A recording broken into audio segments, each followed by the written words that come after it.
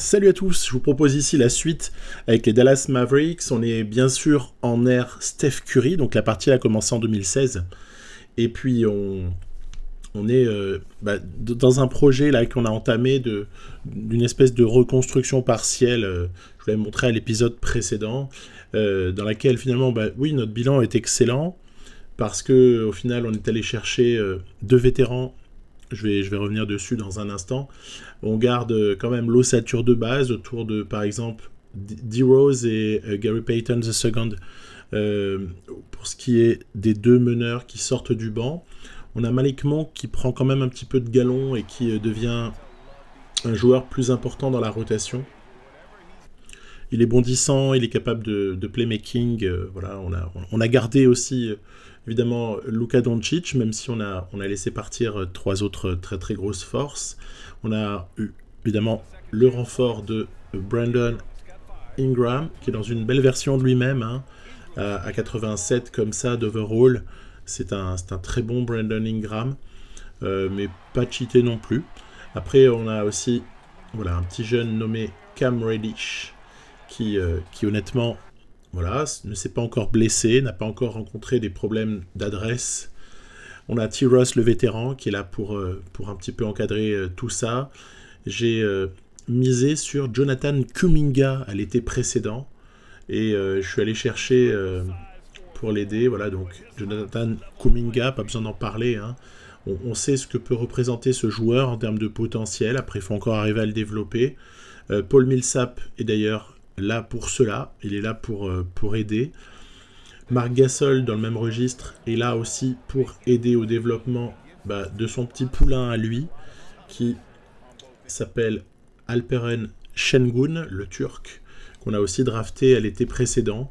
Et donc voilà, on s'orienterait vers une raquette du futur qui serait Kuminga Şengün, avec quand même l'apport des deux vétérans.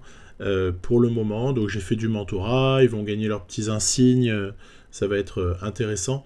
On est jusque-là sur une rotation dans laquelle Malik Monk a de la place, mais également Reddish. Hein, on essaie de nourrir un petit peu tout le monde. Après, nos deux rookies sortent du banc pour le moment. Ce sont des choix de mémoire 10 et 12 ou quelque chose comme ça de la dernière draft.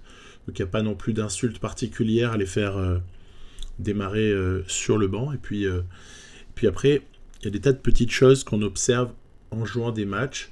Toutefois, un point sur le classement. Donc Denver se comporte pas mal. Nous avons un bilan un peu élogieux par rapport à notre niveau réel, je trouve, en tout cas manette en main. Suns et Lakers sont aussi à la bataille pour les 4 premières places. Puis du côté de l'Est, pareil, il y a quelques équipes qui peuvent être très très embarrassantes pour nous, comme Philadelphie, Chicago, Miami, voire Indiana, plus que Raptors quand même, hein. Donc voilà, il y a du monde en face. Et la surprise, peut-être, on ira au bout là, de la saison, évidemment, et des playoffs dans cet épisode. Peut-être que la surprise pourrait venir du Miami Heat. Qui sait. D'ailleurs, justement, ce Miami Heat, je commence l'épisode par lui rendre une petite visite.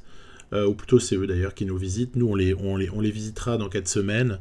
C'est en bas de la page du calendrier. On verra ça un peu plus tard.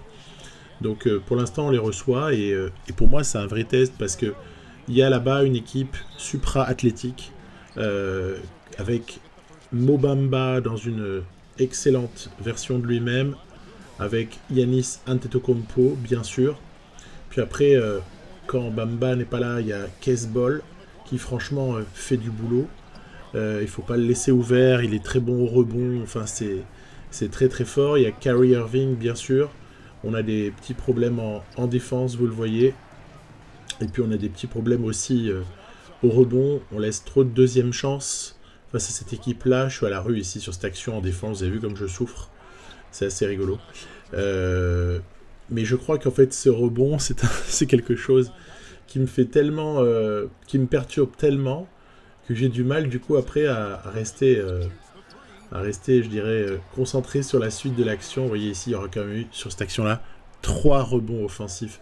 Ça veut dire qu'ils ont eu une 4e chance encore de marquer. Cette fois-ci, ils la prennent. Tout ça pour illustrer un petit peu, l'état général de cette partie.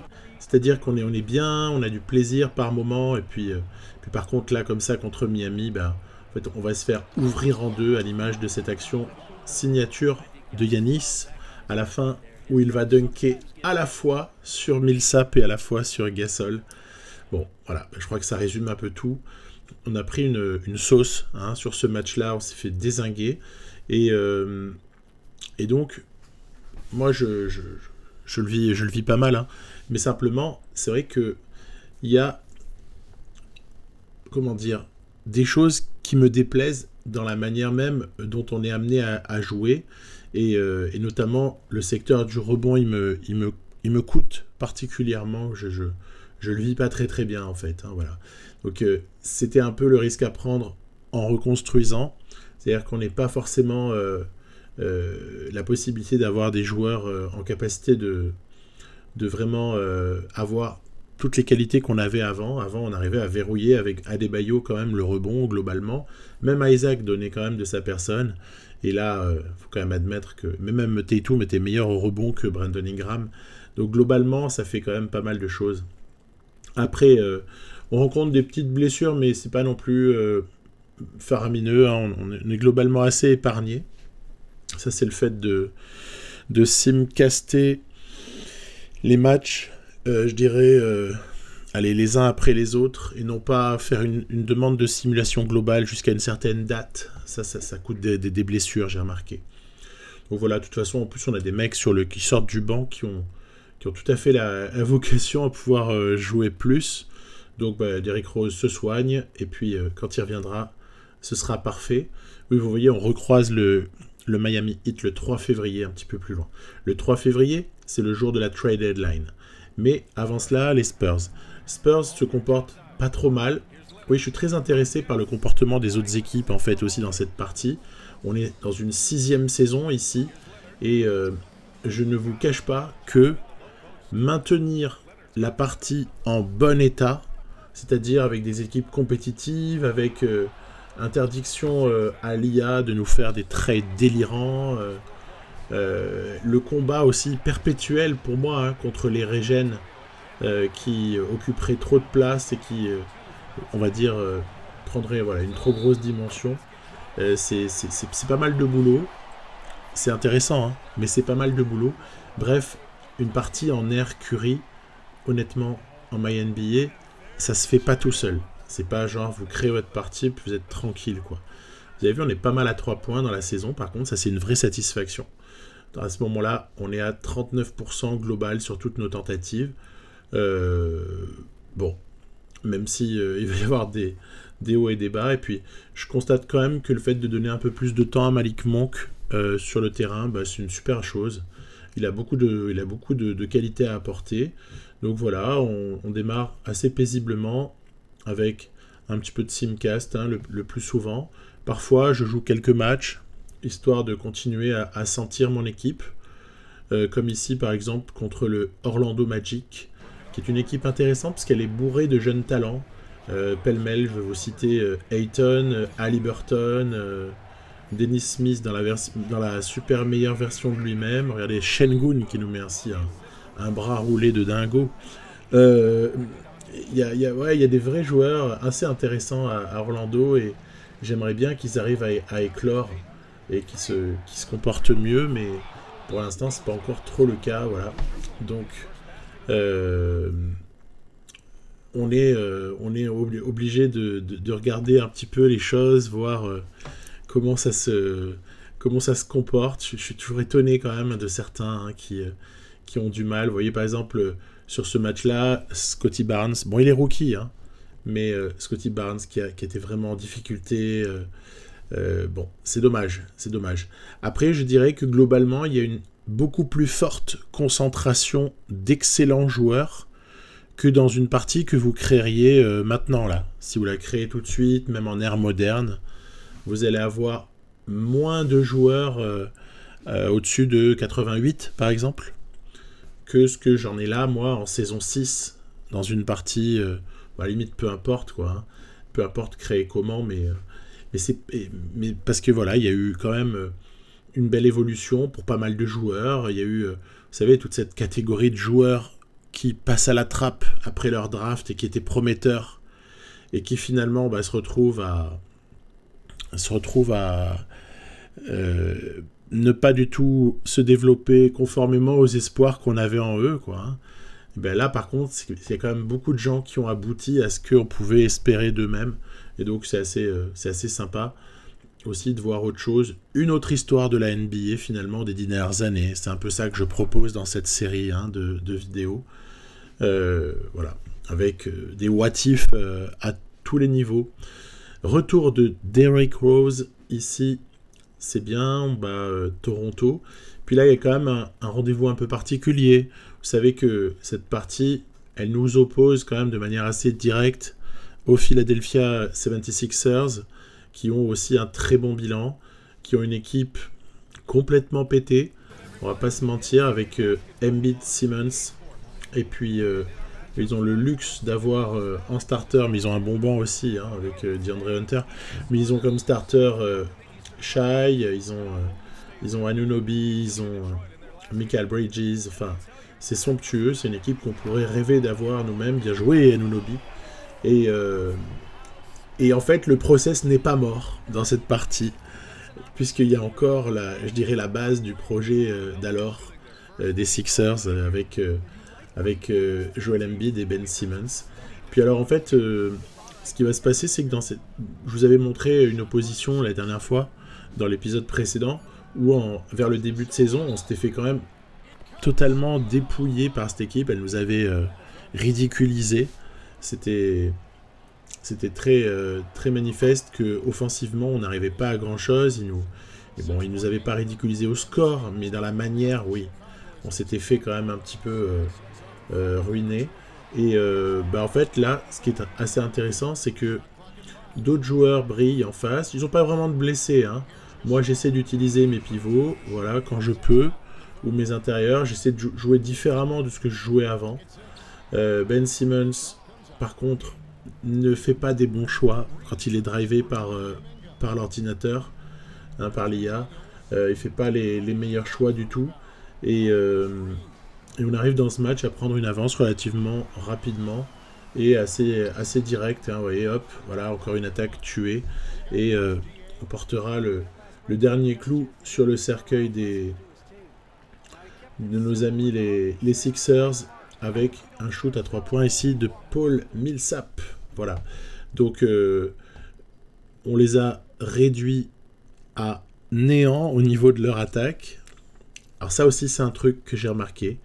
Énorme décalage pour moi quand je joue en moderne par rapport à quand je joue en air Steph, en l'occurrence.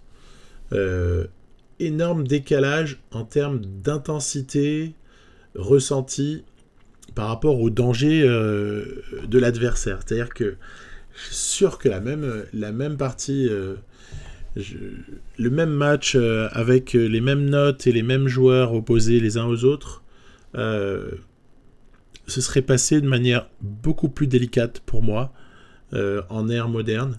Et donc ça, c'est un décalage que j'arrive toujours pas à comprendre. J'ai des hypothèses. Est-ce que c'est lié aux tendances des joueurs ? Je suis allé vérifier. Est-ce que c'est lié à leurs insignes ? J'ai même adapté des tendances pour que les joueurs, par exemple, prennent plus spontanément les shoots à 3 points quand ils en ont la possibilité. Je parle des adversaires, pas les miens. Hein. Les très forts joueurs, il faut qu'ils puissent absolument... Steph Curry, par exemple, s'il y a quelque chose d'ouvert qui se présente, il faut qu'ils le prennent, quoi. C'est évident.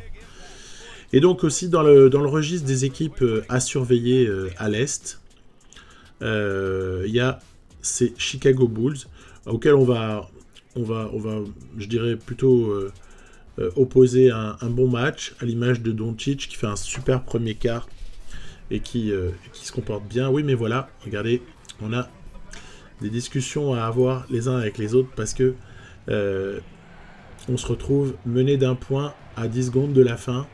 Et là, je dirais que j'ai qu'une seule recette à peu près certaine, si je veux pas prendre trop de risques et me fier à mon adresse, c'est la pénétration.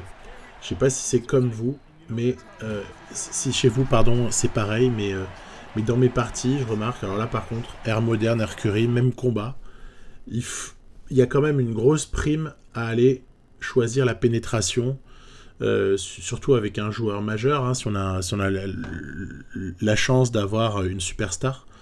La superstar en pénétration, c'est presque lancer franc assuré, voire panier, quoi. Et donc ça, mine de rien, voilà, ben je trouve ça un peu regrettable qu'à des moments, on soit obligé d'aller chercher nos points d'une manière un petit peu stéréotypée. J'avoue que c'est en train de me lasser, cet aspect-là des choses. Donc j'ai envie en fait que cette partie puisse exister, qu'elle puisse durer, qu'elle puisse prendre, je dirais, aussi beaucoup d'intérêt parce qu'elle dure. Parce que j'estime qu'une... Ah tiens, oui, juste un petit coucou. Jason Tatum qui est aux Pelicans, désormais All-Star pour la première fois, et Shai aussi, et Ja Morant aussi pour la première fois. Les jeunes stars de la NBA s'affirment et sont là. Elles tapent à la porte. Donc oui, je pense que c'est intéressant toujours d'avoir une partie qui dure pas mal d'années. Dans l'idéal, si je pouvais faire 10 ans, franchement, ce serait cool. Mais c'est aussi pas mal d'entretien, ça j'en parlais au début de la vidéo. Et puis c'est aussi, je dirais, quand même à surveiller en permanence. Il faut un peu aider les équipes. Sinon vous avez comme ça, comme on voit ici à Atlanta dans ce match dont j'ai choisi quelques séquences pour vous montrer. Vous avez des... Alors Carter, je dis rien, c'est un premier choix de draft. Franchement il se développe bien. Bon, c'est sympa comme tout. À la limite, là à l'instant, pas de problème non plus sur ce qui vient de se produire. Par contre, des fois, le jeu de l'équipe adverse, en fait, est assez parasité par quelques régènes qui prennent trop d'initiative et qui monopolisent le ballon. Ça, c'est assez pénible. À l'image de celui-ci, là, que vous voyez, le 8, là, hop là, il s'appelle Bennett. C'est un régène qui a failli arracher la prolongue pour Atlanta face à nous, alors qu'Atlanta est une équipe assez mal située dans la ligue. Mais voilà, je regrette que la balle soit pas dans les mains des bons joueurs par moment. J'aimerais... ben voilà, vous avez compris, quoi. J'aimerais que... Alors ça peut se régler sur les priorités des joueurs.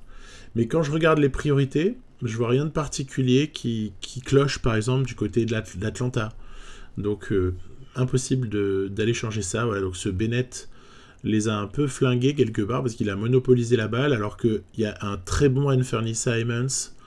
Il y a aussi un très bon Tyler Hero là, qui commence vraiment à se développer. Et j'aurais vraiment préféré que ce soit eux qui aient la balle, plutôt qu'un joueur à 78 qui est un peu cheaté. Bon, voilà, ça fait partie des regrets.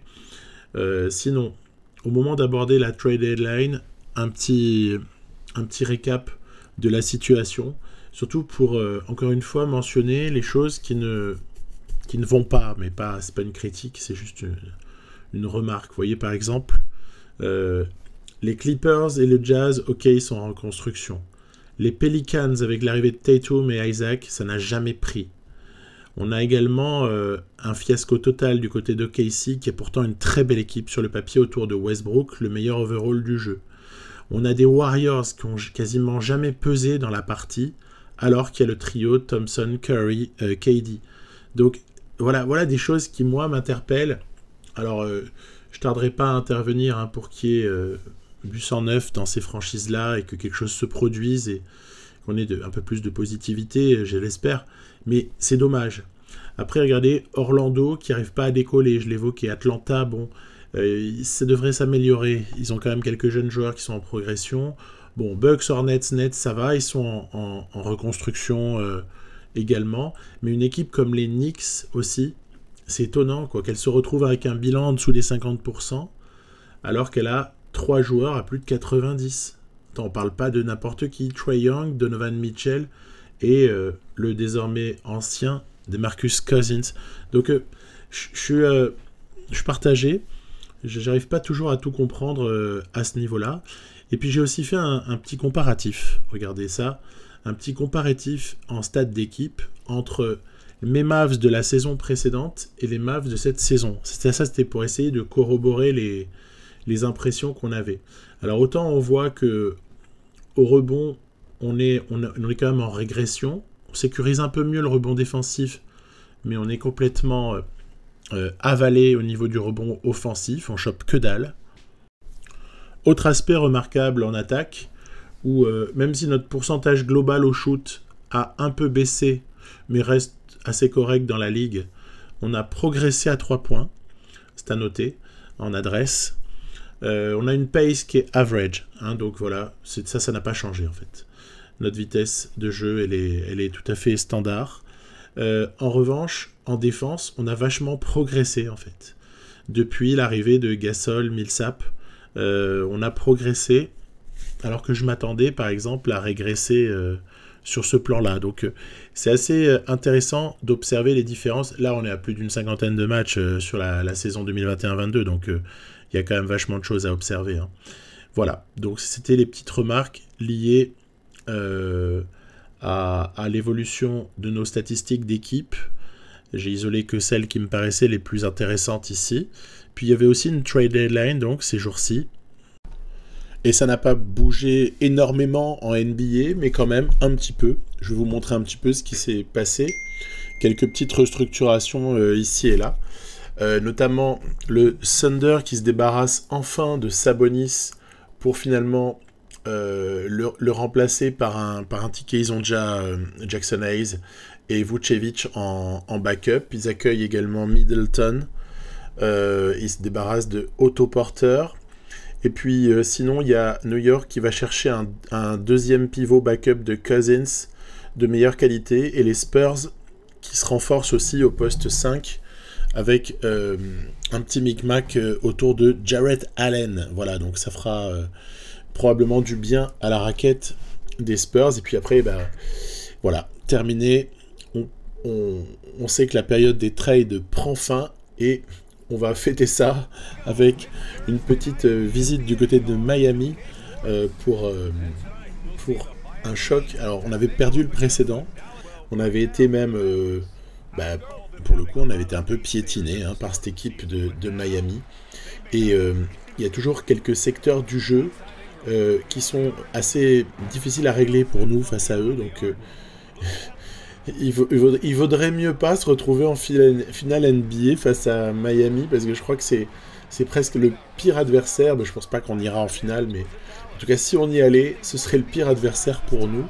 La faute à Giannis, impossible à stopper. La faute à Kyrie Irving aussi, qui est tellement difficile à jouer. Et puis surtout, en fait, la faute à leurs deux intérieurs. Vous voyez ici Bol Bol qui sort du banc dans cette équipe. Mais il n'y a pas que lui, il y a aussi Mo Bamba qui est vraiment exceptionnel, qui est doté de qualités athlétiques mais totalement hors du commun. Il est indéfendable pour moi, il gobe avec Bol aussi beaucoup de rebonds. Donc c'est vraiment un relatif miracle. Ici, vous voyez, Antetokounmpo, heureusement, n'attaque pas la raquette. En fait, on s'en sort juste sur la naïveté offensive de cette équipe. Sans cela... On est complètement fait. Et puis nous, on essaie juste d'être malin. Vous voyez ici, ballon pour tout de même gagner le match après une bonne défense. Hop là, Brandon Ingram qui vient déposer contre la planche. On mène d'un point, il reste 1 seconde 3. Attention, c'est pas fini. Kyrie Irving va avoir le ballon, il shoot. Et il rate. En fait, s'il n'avait pas un peu gâché en fin de match, on avait perdu. Donc là, ça a vraiment été... le scénario hyper favorable dans lequel on est capable de les battre, mais sinon, je pense tous les autres scénarios, ils échouent en leur faveur. Donc voilà, hein. On prend cette victoire comme un énième rappel du fait qu'on est en grande difficulté quand même face à eux et que c'est très très serré. Le rebond, j'arrive pas à le maîtriser face à cette équipe-là, elle nous détruit littéralement. Tout ce qu'on arrive à faire en fait c'est shooter en pénétration, je dirais, c'est notre premier filon, la pénétration, le pick and roll, et encore mes intérieurs sont inexistants face au leur, mais oui voilà, le mid-range aussi un peu, voilà, c'est quelque chose qui peut nous sauver, un peu d'adresse à 3 points aussi si on peut, et d'ailleurs au moment de jouer ces Kings, il y a encore ce sujet là du mid-range. Je suis en train d'essayer de trouver de bons systèmes, en fait, je vous l'ai déjà dit, qui peuvent provoquer du tir à mi-distance de qualité, qui peuvent comme ça proposer des solutions clés en main très sympathiques. Ici, c'est un 0-2 Quick 32 Rip Double. Ça, par exemple, c'est un super système où on met la balle à 45 degrés à l'aile et où ensuite on a l'arrière qui vient sanctionner à mi-distance. Ce match aura été marqué par encore une fois une grande agressivité défensive de notre part. Donc rien à redire. Ce qui va symboliser finalement cette rencontre, c'est quasiment ce contre de Luka Doncic. Oui, il défend sur l'irrésistible Cooper, le régène, qui est incroyable. Et puis vous voyez encore un peu de mid-range ici pour Brandon Ingram. Je crois que ça correspond aussi à un état d'esprit général vis-à-vis du basket NBA de ces temps-ci, de ma part. C'est qu'en fait, je suis tellement fatigué de l'orgie à 3 points proposée par certaines équipes. Attention, celles qui shootent mal. Évidemment que Boston, on n'a pas grand-chose à redire quand ils ont 45% au global. Ils ont leur stratégie et c'est très bien comme ça. Mais pour d'autres équipes, ça me pique un peu les yeux. Et du coup, j'ai envie de jouer un autre basket que celui qui peut comme ça nous faire beaucoup de mal aux yeux à de nombreux moments. Voilà. Donc vous voyez comme ça que Cam Reddish, Terrence Ross, Malik Monk continuent à prendre du galon derrière Doncic et Ingram en attaque. Après, j'ai mon secteur intérieur qui a toujours du mal. Et puis on a réussi quand même ici à ruiner la réussite de Cooper, qui est leur meilleur marqueur aux Kings. C'est un drôle de régène celui-là. Voilà. Donc dans la foulée, un petit match face au Magic que nous gagnons en simcast, mais au cours duquel on va perdre un joueur. Hélas, on va perdre on va perdre Malik Monk. Voilà, 2 à 4 mois, fracture de la cheville droite. Donc ça, c'est quand même un petit peu préoccupant. Ça nous oblige à rebasculer des minutes sur D-Rose, sur Payton et également sur Cam Reddish. Tout en sachant que ces trois-là sont quand même assez solides et peuvent contribuer davantage avec plus de minutes. Donc on va être gêné, mais on va pas être non plus anéanti par l'absence de Monk pendant, on verra combien de temps, peut-être la fin de saison régulière, je ne sais pas. Voilà, All-Star Game, et ensuite on bascule vers un match à Houston. Alors Houston, c'est une équipe intéressante. J'ai simulé cette fois-ci, mais honnêtement, peut-être qu'on les retrouvera sur notre route en play-off, donc ça peut être assez sympa. C'est un petit peu plus robuste autour de James Harden, là, sur cette saison, ils sont en positif, et voilà, je souhaite les avoir sur ma route pour vous les montrer. Ils peuvent nous poser des problèmes, avec Capella, là, qui est quand même fort, il y a Julius Randle, et puis il y a un petit supporting cast quand même de qualité face à côté de James Harden. Après, il y a cette énigme, j'en ai déjà parlé un petit peu ici et là, ou dans les commentaires, c'est ces Warriors. Ces Warriors, ils sont magnifiques quand on voit Steph Curry, Klay Thompson et KD, quoi. C'est quand même incroyable. Et puis ils sont pas du tout à leur rang, en tout cas à ce qu'on pourrait espérer. Surtout qu'à l'intérieur, ils ont des joueurs qui sont, je dirais, ok, d'accord, pas très huppés, mais qui sont quand même pas non plus dégueulasses.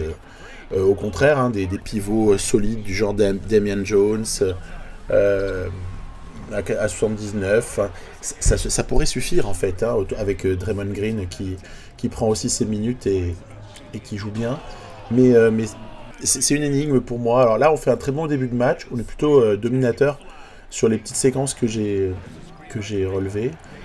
Ça continue, vous voyez, hop là, petit panier près du cercle, on arrive en séquence de pick and roll à pas mal jouer, et puis il y a tout qui va s'effondrer à un moment donné. Regardez, le Steph qui balance 3 points, alors ça c'est normal, et puis peu à peu en fait notre avance va se réduire.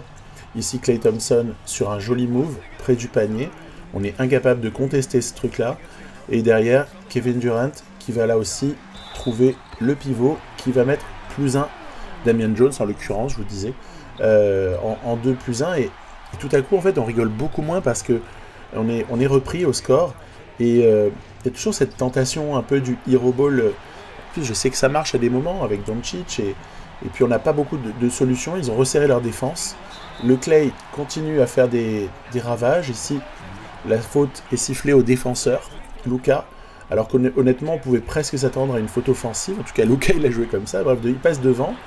En fin de quatrième, allez hop, là, la balle de match pour KD, non. Mais bon, ça va en prolongue. Et en prolongation, bah, on va être assez muet offensivement. On va souffrir. À l'image de cette action, vous voyez, où on a quand même une opportunité pour construire quelque chose. On est intercepté très naïvement. J'aurais dû faire une passe à terre, très probablement. Et puis, ça va sonner notre glas. Pourquoi? Bah, parce que Klay Thompson, il reprend son propre rebond. Et le Steph, il nous plante. Et voilà, bah, ça ne s'arrangera pas. On est donc battu, ce qui paraît illogique, hein, par cette équipe des Warriors, qui est quand même assez jolie. Il y a 3 joueurs d'exception. Mais, enfin, surtout 2. Et puis surtout, bah, en fait, inefficacité offensive. Donc voilà, ce sont des petites choses qui m'arrivent de temps en temps. Mais je pense que la saison suivante, ça va être facilement gommé par l'éclosion, on dira, enfin, de Kuminga et de Şengün, qui vont sûrement progresser chacun. Et à ce moment-là, on aura moins d'apports requis de la part de Marc Gasol et de Paul Millsap, qui pourront avoir un rôle un peu plus réduit. Et je pense que ça fera du bien à tout le monde. Voilà. Donc, pas grave. Dans la foulée, les Spurs, pour autant renforcés par Jarrett Allen, bah non, ils passent à la trappe en simcast. Les Pelicans, mon Dieu, c'est une horreur. Leur saison est affreuse. Donc voilà, pas de commentaires. Ça se passe super mal là-bas, il y a mauvaise ambiance. Isaac a -4 de morale, enfin un truc de fou. Et puis, une petite rencontre aussi sympathique face à des contenders. Hein. Moi, je considère que les Wolves, là, dans cette partie, sont des vrais contenders à l'ouest, surtout au moment où les playoffs vont arriver. En saison régulière encore, leur bilan est très correct, voire bon, mais sans plus. Mais je pense qu'après, sur des séries de 4 matchs, suivant les oppositions, ils pourront être très très dangereux. Et je voulais rencontrer cette petite équipe, vous la montrer. Ce match va nous être facilité grandement par la somptueuse performance de Cam Reddish, qui prend bien son rôle, surtout l'absence de Malik Monk, et où on a son soutien nous aura été une grande efficacité. Ici, hop là, on a l'habitude de ça.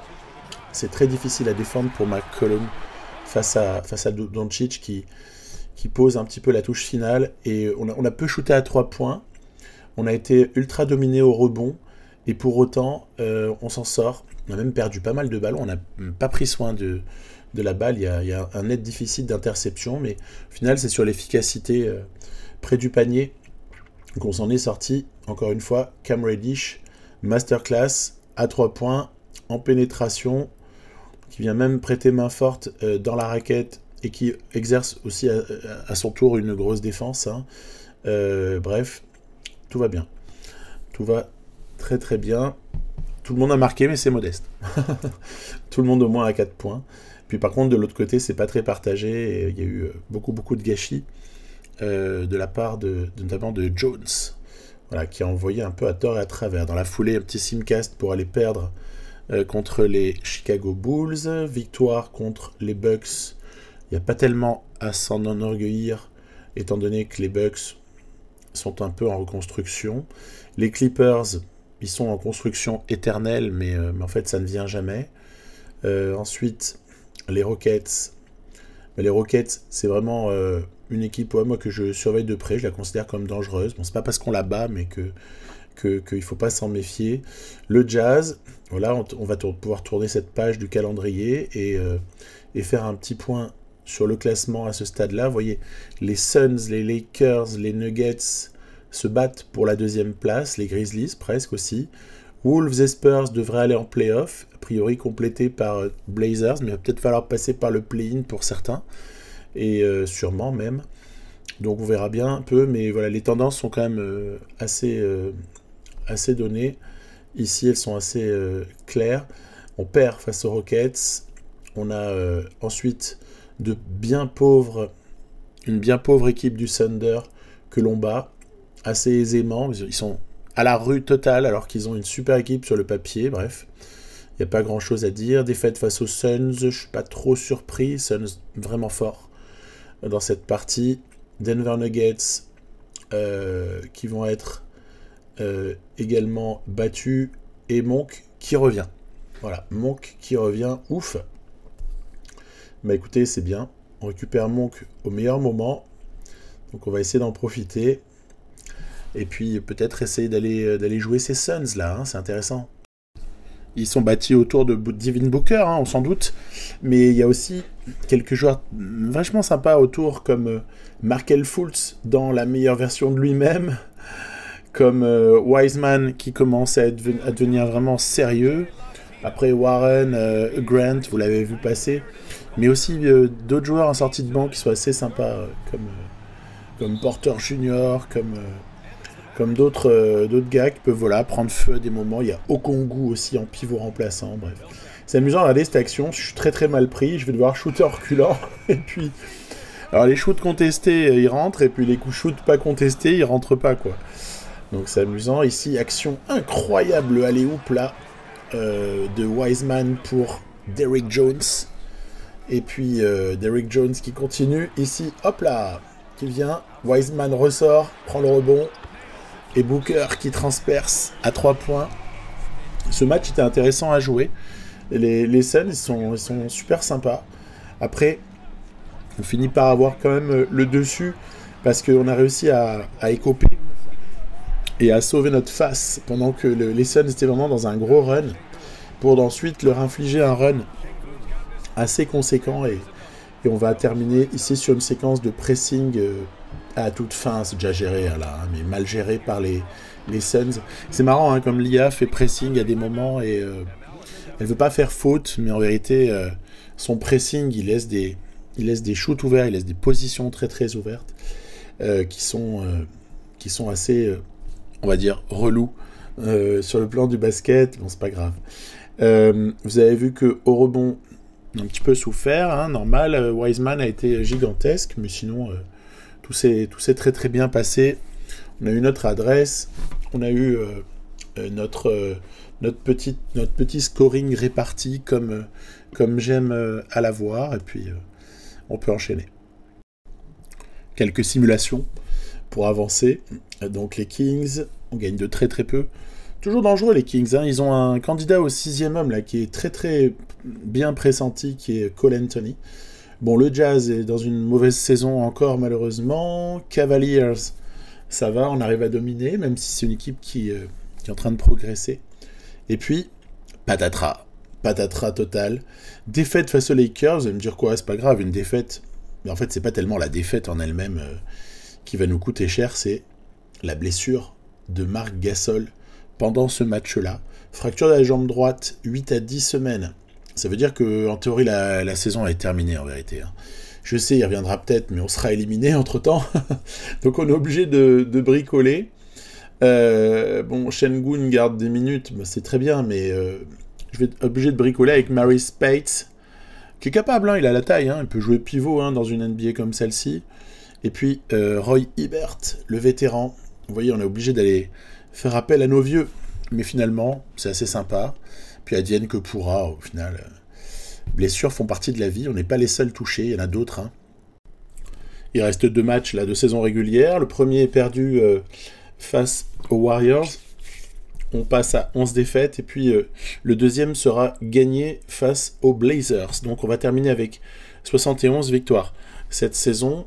Et puis on va passer tout de suite au classement surtout, pour voir que les Suns sont 2e, 3e Lakers, 4e Grizzlies, 5e Timberwolves, 6e Nuggets, 7e Blazers, à égalité avec San Antonio. Il y aura un play-in entre les deux, il y aura un match 7 contre 8. Quand on descend un petit peu, on voit que Kings et Rockets accompagnent tout le monde en play-in, et en bas, eh bien, malheureusement, le Jazz, les Pelicans n'y sont pas. Clippers, et Thunder, ainsi même que Warriors, hein, qui ratent de peu, mais qui vont pas en play-off. Toutes ces équipes-là, ça va pas, la copie est à revoir. Et puis après, du côté de l'Est, Philadelphie a terminé premier avec une belle avance, Miami 2e, Chicago 3e. Derrière, après, c'est un peu plus serré entre Washington, Cleveland, Pacers, Detroit, Raptors, très serré tout ça. les bilans sont vraiment très très proches. New York et Boston accompagneront en play-in les Pistons et les Raptors. Et puis par contre, les équipes qui ratent leur saison sont les Bucks, les Hornets et les Nets. Voilà, un peu le Magic à Atlanta aussi, mais... Donc voilà, dommage, il y a toujours des perdants de toute façon. Et puis après, en passant du côté des récompenses individuelles, ce sera un 3e titre de MVP consécutif pour Luka Doncic. Moi, ça, c'est plutôt satisfaisant. Ensuite, le rookie de l'année, c'est Cade Cunningham. Malgré la mauvaise saison des Bucks, lui a été vraiment bon. Il a été le meilleur des rookies. Cole Anthony sera le 6e homme de l'année. Lui, il est du côté de Sacramento. Kawhi, meilleur défenseur de l'année. Totalement mérité. Anthony Edwards en Most Improved Player. Parfait. C'est là encore de la tête et des épaules. Hein, le mec domine. Carlisle, coach de l'année, ok. On n'est pas vraiment surpris. Et puis, le GM de l'année, c'est celui des Sixers. Voilà. Après, pour les NBA Teams, alors, Curry, Doncic, LeBron, Giannis, Jokic pour la première. Donc ça, c'est assez propre. Et c'est, moi, je trouve assez mérité.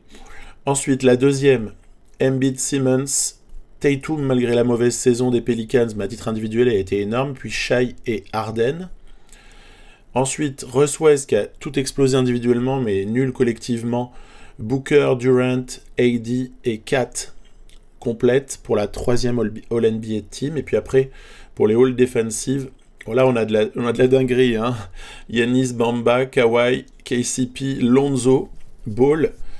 Là encore, rien à dire, statistiquement, c'est imparable.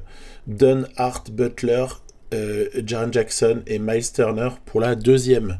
Donc voilà, que des beaux noms. Après, pour la première rookie team, on a nos 2 rookies, hein, Kuminga, Şengün, entourés de Jalen Green, KD Cunningham évidemment, et Evan Mobley. Donc là-dessus, pas grand-chose à dire. C'est une belle équipe.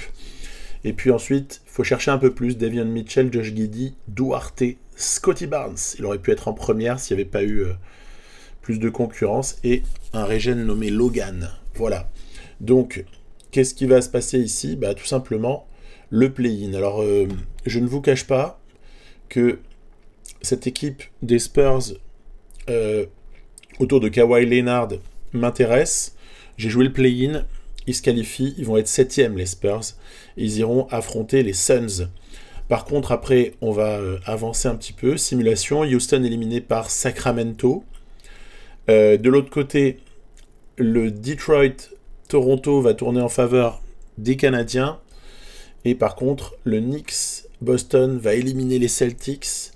Et on aura un match de barrage, donc à l'ouest, Portland-Sacramento. Donc c'est Portland qui va finir donc 8e et avoir le droit d'aller en play-off. Et puis du côté de l'Est, qui pour adversaire de Philadelphie, eh bien la simulation donnera Toronto. Voilà, donc ce sera ainsi que le tableau des play-offs va être constitué pour Dallas. Donc ça va commencer par un match par une série contre les Blazers qui font quand même une bonne série, une bonne saison. Hein. Ils sont pas mal les Blazers. Ils ont une équipe qui est très cohérente autour de Lillard. Et puis voilà, donc je vous disais San Antonio qui affronte Phoenix, ils prennent le premier match. Les Lakers aussi, Memphis aussi. Et puis nous, je me suis dit que c'était assez intéressant de jouer avec handicap, car tout de même être privé de notre pivot, ça pose quand même pas mal de questions, et puis vous allez voir que ça va pas être le seul à se blesser, donc ça rend les choses peut-être un petit peu plus intéressantes parce que indécises. Allez, c'est parti. Şengün face à Nurkic pour l'entre-deux. Bobby Portis complète l'équipe. Michael Porter Jr. très intéressant. Jalen Suggs ou Tybalt, ça dépend des moments pour le poste 2. Washington relaye Portis lorsque ce dernier se repose. Et puis on a comme ça une équipe assez complète en face de nous. Et on essaie de dérouler notre jeu. Alors de toute façon, il n'y a pas de mystère. Tout ça ne peut s'articuler qu'autour d'une bonne défense. Sans cela, on s'en sortira pas. Et puis aussi, il faut gober des rebonds. C'est très important. Et ici, par exemple, vous voyez, avec Reddish, on arrive à venir profiter d'une contre-attaque suite à un bon rebond défensif bien capté et un stop def. Mais Washington est très opportuniste. Ici, hop, en sortie de temps mort, il arrive à égaliser. Le match est très serré. Cam Reddish, qui a un shoot ouvert à l'angle 0. Ça va contre-attaquer du côté de Portland. Ils ont Pritchard, le jeune Pritchard est là-bas. Et notamment aussi Fernando, le deuxième pivot derrière Nurkic, qui vient nous faire du mal. Ça dissuade pas mal à l'intérieur. Là, le scénario de match est quand même assez défavorable pour nous. Tybalt qui va essayer d'y aller. Magnifique. Pour les faire passer 6 points devant, il reste un peu moins de 2 minutes à jouer, c'est pas fini. Puisque Luka Doncic, il va y aller de son 3 points. Luka, ça rentre souvent, hein, dans les 2 dernières minutes, il est assez clutch, comme le reconnaître. Derrière, il y a cette faute là, punaise. Je suis dégoûté d'avoir fait faute sur Nurkic. Il est fatigué, peut-être qu'il va rater les lancers. Bah non, en fait. Ils sont à 5 points devant, il reste 58 secondes à jouer. Là, il faut absolument tenter quelque chose très rapidement. Écran de Şengün, D-Rose sur la pénétration, ça c'est de l'argent en banque. D-Rose, très très fort sur les pénétrations, on s'en doute bien. Après, ça reste quand même un très bon défenseur, même s'il a Lillard face à lui, donc potentiellement de l'insolence à tout moment. Je surveille le côté faible là avec Ingram, vous voyez, puis après je switch. Mais il fallait sortir sur l'écran parce que Lillard s'est régalé à mi-distance. Toujours 5 points, il reste 33 secondes. Et Ingram va devoir y aller très très rapidement, regardez, parce qu'on veut jouer le 2 pour 1. Heureusement, il va y avoir faute. Derrière, évidemment, Ingram va rentrer. Je dis évidemment, mais il n'y a rien d'évident. Hein. Les deux lancés. On revient à 3 points, ça va. Il suffit de défendre cette possession. Allez, on va essayer peut-être de faire pressing sur le porteur de ballon, tapé par Şengün. Waouh! Ça, c'est les petites récupérations miraculeuses dont on a le secret. Ouais, mais il nous faut 3 points, il ne faut pas 2 points. Donc, balle à D-Rose. Puis là, on va... c'est la pièce à pile ou face. Hein. Luka, 3 points. Soit ça rentre pas. Luka, yes! Ça rentre avec quelques rebonds. Et voilà comment il reste 6 secondes et on a encore l'espoir d'aller en prolongation. Derrière, Portis va ressortir pour Lillard qui prendra un mauvais shoot, mais qui aurait pu rentrer. Hein. Heureusement qu'il ne déclenche pas avant, parce que sinon, autant il y a Nurkic qui prend le rebond et qui remet dedans. Hein. Vu comment on se fait partouzer au rebond, c'est assez violent. Puis après, on va essayer d'user de nos petits artifices dans la prolongation. On se fait contrer 2 fois ici par Nurkic, très présent dans la raquette. Ici, c'est tapé par D-Rose. Vous voyez, c'est la foire d'empoigne. Il se passe tout et n'importe quoi. Et là, hop là, blessure pour Millsap. Aïe, aïe, aïe, aïe, aïe. On revient à égalité, mais on va probablement perdre Paul Millsap sur cette action. Franchement, ce n'est pas une bonne nouvelle si ça se confirme. Et je vais faire faute. Voilà, ici, pour faire sortir Millsap. Ça va être une blessure assez longue. On va en parler juste après. Doncic... tranquille sur Tybalt, qui ne représente pas le premier danger. Par contre, Monk, il a le gros boulot. Il défend sur Damian Lillard. Et puis, il faut surveiller aussi les intérieurs. Essayer de mettre du box-out au rebond. Parce que sinon, on va offrir des deuxièmes chances. Et ce serait assez catastrophique ici. Joli. Damian Lillard, grâce à un bon écran posé. Derrière, hop là, on tire bénéfice d'Ingram qui est... finalement poste 4, hein, donc il peut venir poser des écrans plus facilement, il peut même pick and pop, c'est assez exploitable. Derrière on passe 1 point devant grâce à Malik Monk qui avait provoqué la faute. Les lancers francs sont mes amis, hein. Il faut arriver à provoquer des fautes coûte que coûte, hein. Et là ils ont raté le petit 2 points qui était censé leur sauver la vie. Ok, on a raté 1, on met 1 dedans. Pas égalité, pardon, on est à plus 2. Damian Lillard qui a la balle, panier très facile, superbe passe pour Portis, il reste 19 secondes et on a le ballon de la gagne. Donc on va essayer de la jouer surtout très très proche de la fin, hein, très très proche de l'horloge. Surtout pas offrir une chance aux Blazers, même si non plus de temps mort. Murray Spites pour l'écran haut. Luka qui profite de la fatigue de Nurkic. Et oui, on ne peut pas jouer 45 minutes par match non plus. et être super efficace quand on s'appelle Youssouf Nurkic. Il fallait bien qu'il y ait un peu de mollesse à un certain niveau. On en a profité et Luka a été tranchant sur cette action-là. Bon, on l'arrache, hein, ce match. Hein. S'il faut tous les arracher comme ça, je pense qu'on va passer à la trappe très très rapidement et les playoffs vont être vite finis. Pour les Mavs, en tout cas. On a accusé des rebonds offensifs pour l'adversaire, on a eu des pertes de balles, on a eu une adresse quand même un peu suspecte, globalement. Mais à l'arrivée, Luka Doncic nous sauve, ainsi quand même qu'un bon Brandon Ingram. Que vous dire ? Que vous dire à part que Nurkic a fait une moisson, que Lillard a quand même été bien gêné, même si à l'arrivée il score pas mal, mais parce que c'est sur un gros volume de shoot, et puis surtout traumatisme à la hanche gauche, 4 à 6 semaines d'absence pour Paul Millsap, qui m'oblige à refondre totalement la rotation. Je vais insérer Reddish, je vais donner un peu plus de minutes à Malik Monk. On va toujours faire démarrer Şengün, on va toujours s'appuyer sur Mary Speights en deuxième pivot, sur les minutes où Şengün doit se reposer, il est jeune, il n'est pas encore très très endurant.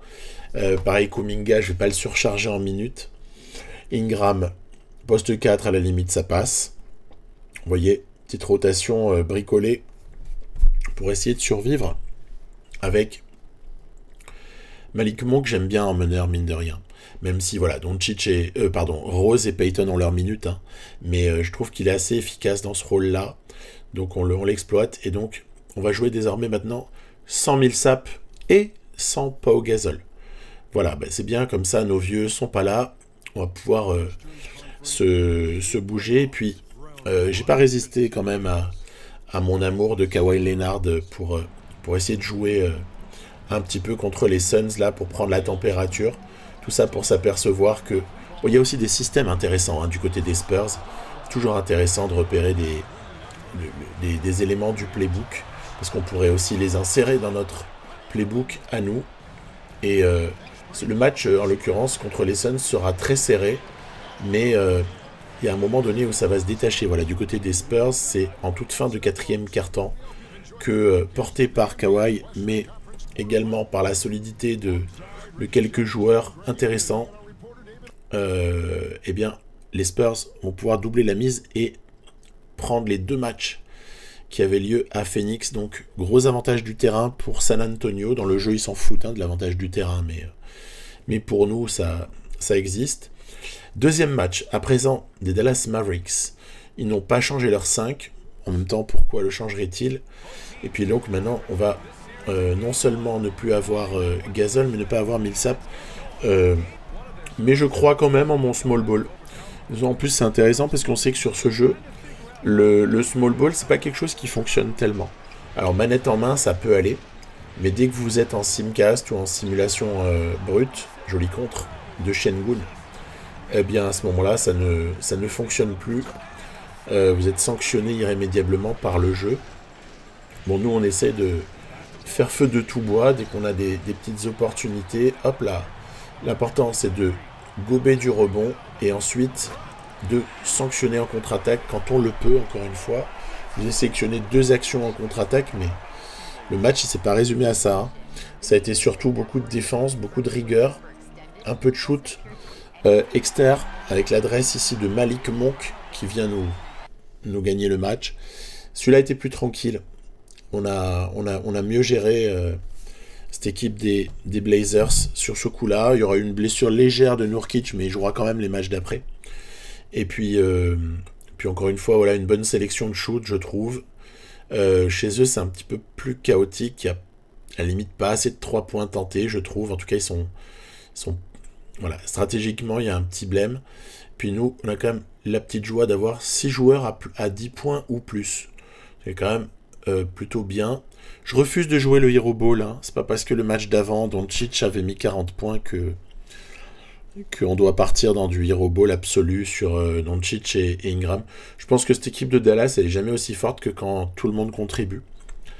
Et San Antonio, regardez, va prendre le match 3 avec cette sublime action où l'aide défensive de Jaren Jackson, de Jarrett Allen, on va s'en sortir, symbolise une certaine domination des Spurs par la défense, essentiellement. Et puis sinon, nous, on a un match 3 maintenant. La série part à Portland, et on se doute que quelque chose peut se produire, hein, notamment de l'excellent Michael Porter Jr. Ça peut arriver, regardez, il prend le rebond. Il est vraiment très fort, hein, dans ce My NBA. Michael Porter, c'est très très fort. Je pense qu'il est plus fort qu'Ingram. Pourtant, c'est un profil qui pourrait être comparable. Mais oui, il est meilleur. Et puis en plus, on va pas prendre soin du ballon sur ce match-là. Ça va être assez catastrophique. Damian Lillard pour sanctionner la magnifique récupération de ballon, amorce de contre-attaque de Thybulle. Et Lillard aussi en insolence. Voilà, hop, sur la tête du défenseur. Ce qui fait qu'on est dans 2 beaux draps à ce moment-là. Mais Luka sort de sa boîte. Toujours là, Luka. Pour nous marquer ce qu'il faut. Les petits échanges de lancers francs vont tourner entre guillemets en notre faveur parce que Thybulle va rater les 2 et on va ensuite marquer un panier et il se retrouve avec une balle de match pour Thybulle fatigué et en plus contesté. Donc là c'est peut-être le match sur lequel Portland est passé le plus proche de la victoire, mis à part le premier où on a quand même dû aller en prolongue, mais là ils étaient pas mal. J'ai vu le moment où c'était perdu, hein. On est vraiment sur la corde raide, hein. Cette équipe de Portland nous gêne énormément, notamment par sa grande taille à l'intérieur et puis par le talent aussi de Damian Lillard, mais pas seulement. De Whitney, c'est un régène qui joue meneur ou arrière de temps en temps lorsque Lillard, je vais y arriver, doit se reposer, ou alors il joue avec. Et ben honnêtement, il nous fait très très mal celui-là. Les régènes, de manière générale, font très très mal dans le jeu. Et une illustration parfaite, c'est le comportement de la série à l'Est entre Philadelphie et Toronto. On voit que Memphis s'est qualifié, mais pour continuer sur ce propos, Philadelphie-Toronto 2-2, alors qu'à Philadelphie, il y a une équipe démente, et à Toronto, il y a une équipe qui est quasiment constituée de régènes. Stacey Kerr, incroyable. Calbert Marshall, pareil. Mec est irrespirable dans la série là. Il y a le dénommé Philip Hurley. Alors ça, je pense que c'est des noms que vous avez aussi dans vos My League en fait, parce que les noms ils restent les mêmes. J'ai observé dans plusieurs parties en fait. Brad Montgomery, 87 d'overall. Lui, il est violent. Et tout ça, bah, ça fait finalement, vous voyez, quand même 5 joueurs à plus de 20 points, quoi. John Dawkins, la défense des Sixers a volé en éclats, hein. Là-dessus, il y a même Eric Steele. Lui aussi, je l'avais repéré comme dangereux et pénible, 2,19 m. Par contre, 100 kg seulement. Pivot, assez perturbant dans la raquette quand on joue contre. J'ai déjà joué contre. Bref, Philadelphie dans de beaux draps face à cette équipe de régène. En revanche, il y a un avantage pour Cleveland, pour Chicago et pour Miami dans les autres séries. On va ensuite constater que San Antonio a réussi à se qualifier face à Phoenix et que dans la série Lakers-Denver, c'est très serré. Attention, avant cela, je vais jouer, moi, le 4e match parce que ce serait bien d'arriver à terminer l'histoire, hein, avec Portland, parce que je sais que on est tellement proche en fait de cette équipe là qu'il vaut mieux aller essayer de jouer le match et ne pas attendre de simcast bidon quoi que ce soit. Malik Monk toujours à l'angle 0, voilà. Il est solide, Malik Monk, c'est quelqu'un qui est pas mal. Je force pas, hein, dans ce match là sur Luka Doncic. Voilà, on partage le jeu. Ici, c'est un joli système. Vous allez voir, il y a un petit curl là pour Ingram qui va pouvoir... Hop là, fin de shoot, il prend de vitesse. Bobby Portis. Là, c'est pareil. Payton qui essaie de construire derrière. Ingram à 2 points. Pas assez contesté. Voilà, donc c'est un match qu'on a dominé. C'est comme le match 2 qui s'est géré assez bien. Avec encore une fois une belle adresse globale. Et puis une résistance tant qu'on a pu au rebond, mais beaucoup de ballons perdus aussi. Du mal à prendre soin du ballon face à cette équipe. J'espère que ce sera un petit peu mieux au tour suivant. Et vous voyez qu'en face, Lillard et Porter Jr., ont vécu une soirée dégueulasse en termes d'adresse. Ils ont été excessivement gênés. Et chez nous, pareil, on a cherché à faire scorer pas mal de monde. Il n'y a que D-Rose et T-Ross sur ce match-là, malheureusement, qui ne scorent pas. Les autres ont bien marqué. Et puis donc, Dallas affrontera Memphis. Il nous manque encore quelques éléments dans ce tableau des playoffs pour aller vers les demi-finales de conf. Vous voyez que Denver a pris l'avantage sur les Lakers qui sont au bord du précipice. Philadelphie a pris l'avantage. Cleveland a laissé revenir. Chicago s'est qualifié. Miami aussi a perdu le match 5. Et regardez, on va ici, hop là, constater que San Antonio est rejoint par Denver qui élimine les Lakers 4-2. Donc il va y avoir la bande à Jokic qui arrive en force. Pour moi, elle est quasiment favorite en fait de l'Ouest à ce stade-là. Ensuite, Miami rejoint Chicago en demi-finale de conf. Ça, c'était plus prévisible. Il y aura des matchs 7 du côté de Philadelphie et Washington. Donc, grosse pression sur les Sixers pour lesquels c'est l'année ou jamais. Et ouf pour eux. Qualification au match 7, tout comme Cleveland. Et donc, voilà, on a notre tableau des demi-finales de conférence. Enfin. Alors, c'est peu de dire que je n'emmène pas large au moment d'affronter Memphis, puisque nous ne sommes pas au complet. Et cette équipe de Memphis en face me fait un petit peu peur. Elle me semble avoir les bons joueurs aux bons endroits. Au préalable, premier match de la série Spurs-Denver, gagné par le duo Jokic-Murray. Et en face, malheureusement pour eux, Kawhi et DeJounte n'ont pas pu faire le taf comme ils auraient pu le souhaiter. Ensuite, pour ce qui est de ce premier match contre Memphis, je l'ai joué évidemment. Je prends plaisir à jouer avec cette équipe amputée, je dirais, de Marc Gasol et Paul Millsap, parce que du coup ça m'oblige à repenser ma manière de jouer, et puis je trouve que c'est très indécis en fait. Memphis a fait une belle saison quand même avec 51 victoires, et on attend beaucoup d'Alperen Şengün notamment. Alors c'est parti. Donc ce match-là va être difficile pour nous parce que malgré quelques jolies actions dès le départ, on va se heurter à un peu de maladresse globale, je dirais, et puis aussi le talent. On va se heurter au talent de ces Grizzlies qui vont comme ça ici nous mettre un petit peu de tout, que ce soit par Franklin qu'on a vu juste avant, que ce soit par Harrison Barnes notamment, ou même, regardez, Kevin Knox, magnifique, qui vient ici dunker sur la tête de notre jeune pivot turc. Oui, on a été dominé, et on passe à la trappe sur ce match-là. Regardez, très jolie action ici où Valanciunas donne à Franklin, qui ressort à Fox, pose d'écran immédiate, et Fox qui vient ici trouver, finalement c'est son royaume, la mi-distance. Le panier de la gagne, bravo à eux. Donc 1-0 dans cette série pour les Grizzlies, et on n'a pas été en mesure de rivaliser sur ce coup-là. L'adresse n'est pas cata, on n'a pas pris soin du ballon autant que j'aurais voulu, on s'est fait beaucoup dominer au rebond, ça a été déterminant.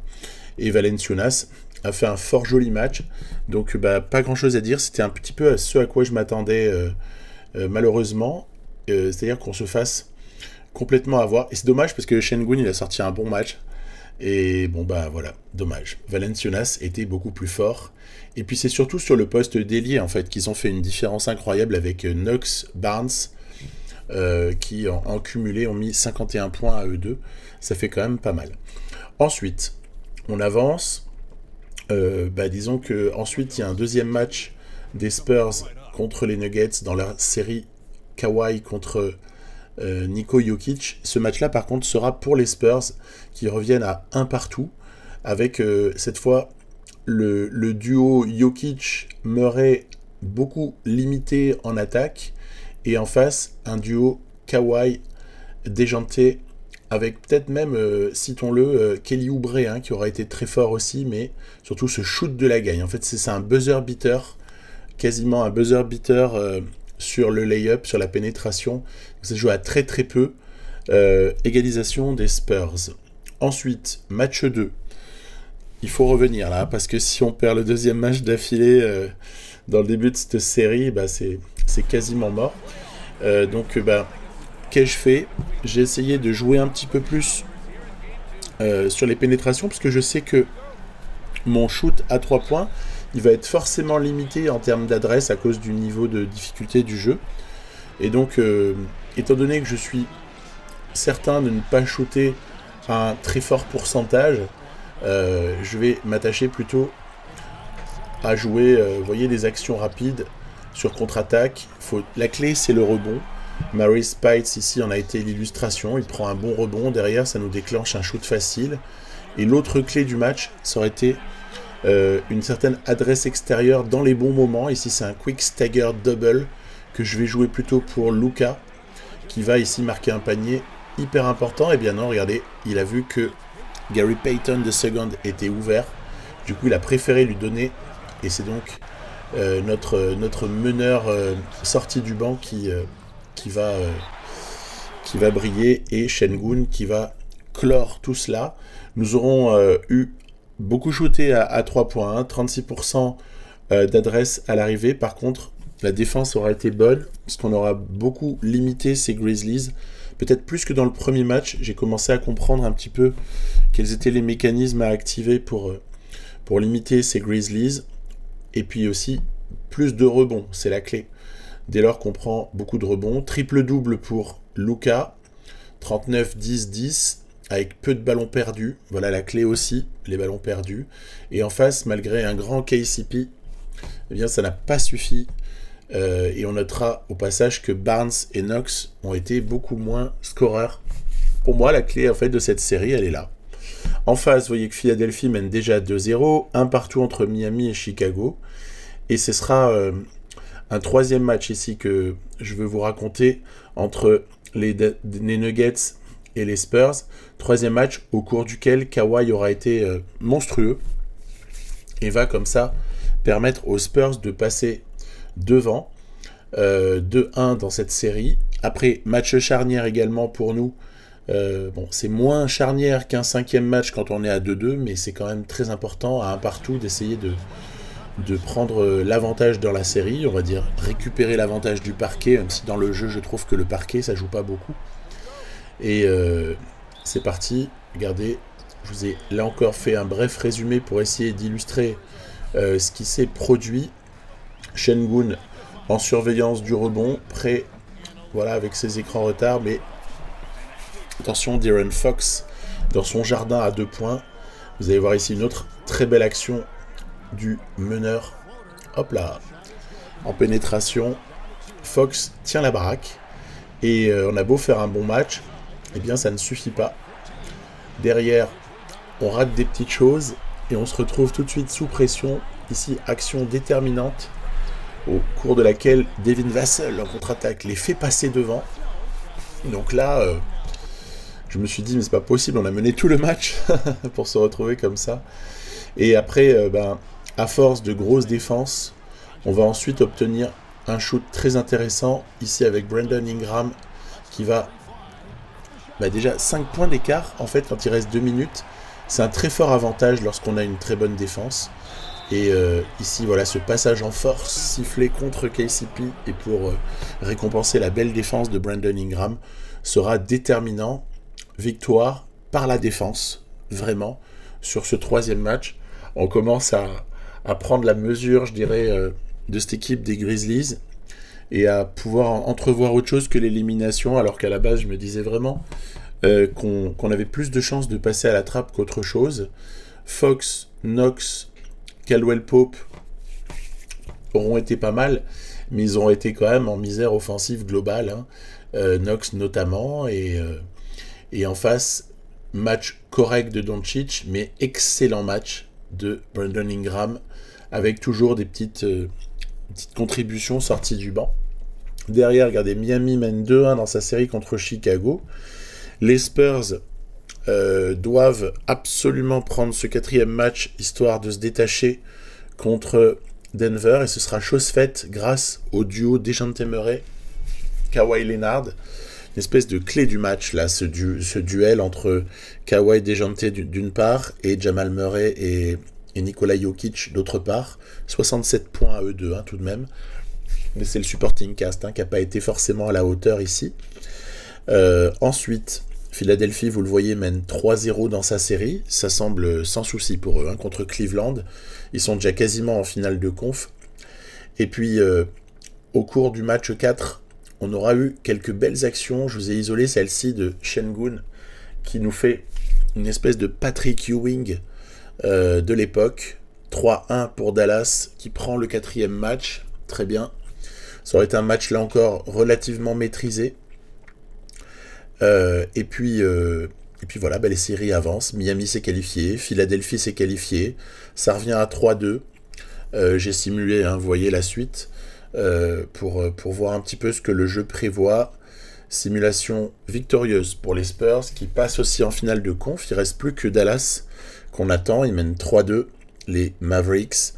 Et écoutez, Simcast, que va-t-il donner ce Simcast? Il va nous donner une courte victoire pour les Grizzlies. On ira donc au match 7 dans la série Dallas contre Memphis. On voit qu'en Simcast, vraiment il se passe tout et n'importe quoi, hein. C'est comme une pièce jetée en l'air. C'est un peu dommage parfois, mais bon, voilà, c'est comme ça. Et puis je me suis dit que tant qu'à faire, allez, hein, autant continuer dans cette manière de faire. On a joué suffisamment de matchs. Et il faut avancer aussi, hein, ça prend pas mal de temps. Et bon, apparemment, oui, on se dirige à la victoire de très très très peu. 1 point pour les Dallas Mavericks. On n'aura pas de blessés déjà dans ce match-là et on passe en finale de conf face aux Spurs. En face, par contre, c'est la guerre des étoiles, hein. Philadelphie contre Miami, je ne sais pas vraiment donner de pronostic tellement c'est difficile. Le premier match sera pris par les Sixers, mais c'est très dur de dire vraiment qui va gagner cette série. Elle est très, très, très indécise parce que les mismatchs sont toutes fabuleuses, hein. Embiid contre Bamba et Ball, c'est pas forcément évident pour Embiid. Antetokounmpo contre Simmons à son meilleur niveau, c'est pas forcément gagné non plus parce que Simmons est un des seuls capables de défendre sur Giannis, en vérité, car physiquement il est, comme vous le savez, incroyable quand il est dans le développement qui aurait dû être le sien. Et voilà, on se retrouve ici pour un premier match de la finale de l'Ouest entre Dallas et San Antonio. Et là, par contre, on peut envisager plutôt la victoire, mais pour des raisons qui sont pas tellement de niveau global, mais plus des raisons, je dirais, de la manière même dont le jeu se comporte. C'est-à-dire que Dejounte Murray ou Kawhi Leonard, qui sont les principaux contributeurs en points de cette équipe des Spurs, peuvent être rapidement embêtés par la défense de nos joueurs. C'est dommage pour eux, mais du coup ça donne un match relativement déséquilibré, hein, au moment du Game 1, où on a comme ça pris cette victoire sans trop de difficultés, juste en étant sérieux en fait. On n'a pas eu besoin de forcer non plus sur les minutes, parce que en face on a vraiment réussi à beaucoup les limiter, et puis on a touché un peu d'adresse. Donc voilà, ici passe chanceuse. Il y a pas mal d'actions qui ont tourné en notre faveur. Et donc voilà comment, malgré un grand Jarrett Allen, Dallas prend l'avantage. Horrible pourcentage pour Kawhi qui a été super bien défendu. Ça me fait de la peine. Et on repasse maintenant du côté de la série de l'Est. Alors là, il s'agit de prendre sa revanche avec Miami très très rapidement. Ce sera chose faite. Égalisation 1 partout au deuxième match, avec ici une piètre performance de Joel Embiid, très très bien défendu, avec quelques pourcentages aussi un peu malheureux pour certains, et surtout un duo Irving-Giannis qui a bien fonctionné, avec surtout la palme pour le Grec qui aura survolé ce match et qui aura enfin réussi à prendre la mesure des défenseurs qui lui ont été opposés. Donc ça a été intéressant, ça aurait été Antetokounmpesque comme manière de fonctionner. J'espère que ça va durer. S'ensuit le retour de Paul Millsap Ça y est, il est revenu dans l'équation. Donc on va l'introduire, mais avec vraiment en modestie dans la rotation. Je pense qu'il ne faut pas tout modifier.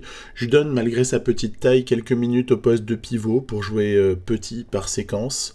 Et puis voilà, il s'insère avec 12 minutes. Et puis on verra un petit peu après de quelle manière on se réorganise. Je prends match par match. C'est pas une formule toute faite, c'est vraiment la réalité. C'est San Antonio Spurs, mine de rien, sont quand même assez dangereux, même si on a plus ou moins la recette pour les battre. Mais ils sont assez dangereux et notamment dans ce match 2, regardez, c'était très amusant parce que ils menaient de 3 points.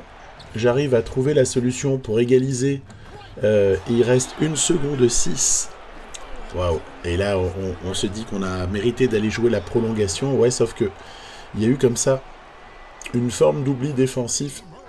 Je crois que c'est Malik Monk qui a flotté.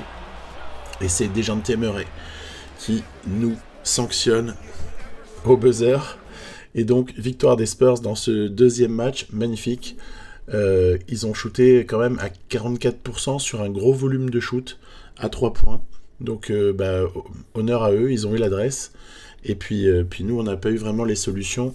C'est pas grave, on va se reprendre. C'est juste que là, on a été un petit peu dominé au rebond. Et il y a un certain nombre de leurs shoots, à 3 points notamment, qui arrivent sur des secondes chances. Bon, voilà, il faut vivre avec. Donc ensuite, au niveau des statistiques, Doncic a fait le boulot, évidemment. Après, ça a été un peu plus compliqué pour d'autres, comme par exemple Kuminga ou Şengün, nos deux jeunes. Et en face, Leonard aura été héroïque. Murray, finalement, marque son seul panier du match à la toute fin, avec l'extrapolation. Mais il le met au bon moment. Voilà, bravo à lui. Ensuite, dans la série de l'Est, Philadelphie-Miami, regardez bien, j'ai simulé une partie et j'ai joué l'autre. Et j'ai joué toujours avec Miami. Ici, c'est une victoire pour les Sixers 2-1 qui prennent les commandes de la série. Alors, ce qui peut caractériser par moment cette équipe de Miami, c'est une certaine inefficacité parfois au shoot de Irving, qui est trop bien défendu parce qu'en face, c'est une machine de destruction que ces Sixers, et notamment défensivement. Donc, c'est à celui qui fera le plus déjouer l'autre, ou alors je dirais à celui qui déjouera le moins face à la défense hors norme de l'autre. Ensuite, Dallas prend l'avantage à l'ouest dans sa série 2-1, avec ici un match relativement maîtrisé, mais sans domination particulière. Kawhi quand même bien défendu, assez relativement en échec. Gros match de Monk, et puis toujours Luka Doncic, pour lequel je dirais que la défense de San Antonio est quand même relativement sans solution. Après, il n'y a pas à rougir, c'est pas la seule, mais il s'est régalé le Slovène dans ce match-là. Donc 2-1 et 2-1, et puis on va passer ici à l'égalisation de Miami. Miami qui vient prendre comme ça ce match 4. La série est très indécise, à l'Est, c'est peu de le dire. Ensuite, on va retourner du côté, je dirais, de l'Ouest, avec Dallas qui prend l'avantage, cette fois de manière beaucoup plus nette. Sur ce match 4, ça fait 3-1 désormais pour les Mavs. Et ce qui restera là encore assez marquant, outre le Doncic toujours aussi régulier, c'est un super match de Malik Monk, très adroit à 3 points. En fait, parmi ceux qui ont joué plus que 4 matchs, je dirais, c'est le plus adroit en play-off à 3 points. Il est au-dessus de 50%, Malik Monk. Voilà, donc très intéressant. Miami prend l'avantage dans la série ensuite à l'Est, 3-2. Toujours Joel Embiid qui est très très embarrassé par la défense, je dirais, de Mo Bamba. Et enfin, Kyrie qui retrouve son adresse. Donc Miami en très bonne position pour aller en finale NBA. Puis arrive ce 5e match pour les Mavs contre les Spurs. Et ici, ce sera une entrée en jeu après Simcast avec Cam Reddish toujours à 0 degré dans le corner. Il se sent très très bien là-bas. Les pick and pop permettent de rebasculer vers lui quand le défenseur flotte ou sort. Et puis, vous l'avez compris, c'est une fin de match qui n'est pas indécise du tout. Qualification pour les finales NBA pour les Mavs qui auront finalement passé un tour non pas tranquille mais pas si compliqué que ça face à cette équipe de San Antonio qui avait pourtant été héroïque face aux Suns puis surtout aux Nuggets. Donc qui sera l'adversaire en finale? Eh bien de ce côté-là, la réponse elle arrive tout de suite. C'est Miami qui va se qualifier. Allez, je vais vous montrer une petite image et puis ensuite vous dire un petit peu ce qui a pu s'y passer. Voilà, Shai Gilgeous-Alexander complètement scotché, contré, je dirais même éclaté par Giannis. Bah, c'est l'image qui résume ce match avec une domination